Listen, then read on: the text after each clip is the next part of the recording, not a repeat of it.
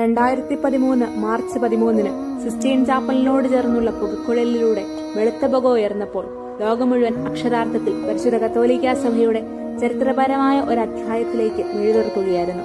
നിമിഷങ്ങൾക്കപ്പുറം ചെറുപുഞ്ചിരിയോടെ Vatican saint Peter's ബസിലിക്കായുടെ മട്ടുപ്പാവിലേക്ക് കയറി വന്ന ആ മനുഷ്യൻ ആർക്കും അത്ര സുപരിചിതനല്ലായിരുന്നു.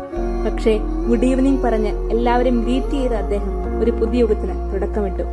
ഞാൻ നിങ്ങളെ ആശീർവദിക്കും മുമ്പ് നിങ്ങൾ എന്നെ ആശീർവദിക്കുമെന്നുള്ള ആ വലിയ കപ്പിത്താന്റെ വാക്കുകൾ സഭയുടെ അന്നോളമുള്ള പാരമ്പര്യത്തിന്റെ പൊളിച്ചെഴുത്തായിരുന്നു. പിന്നീട് അങ്ങോട്ട് ആ വലിയ പിതാവ് കരുണയുടെ, സ്നേഹത്തിന്റെ, പ്രത്യാശയുടെ വാപ്പയായി ജനമനസ്സുകളിലേക്ക് ഊളിയിട്ടിറങ്ങി. ഒരു വ്യാഴവട്ടക്കാലം പരിശുദ്ധ കത്തോലിക്കാ സഭയുടെ വലിയിടയനായി വിരാജിച്ച ശേഷം ഫ്രാൻസിസ് മാർപ്പാപ്പ മടങ്ങുമ്പോൾ ഒരു ചോദ്യം നമുക്കായി അദ്ദേഹം അവശേഷിപ്പിക്കുന്നുണ്ട്: നിനക്കും യേശുവിന്റെ കരുണയുടെ മുഖമാകാൻ പറ്റുമോ എന്ന്. ധന്യപിതാവെ, സമാധാനത്തോടെ പോവുക. നമുക്കിനി സ്വർഗത്തിൽ കണ്ടുമുട്ടാം.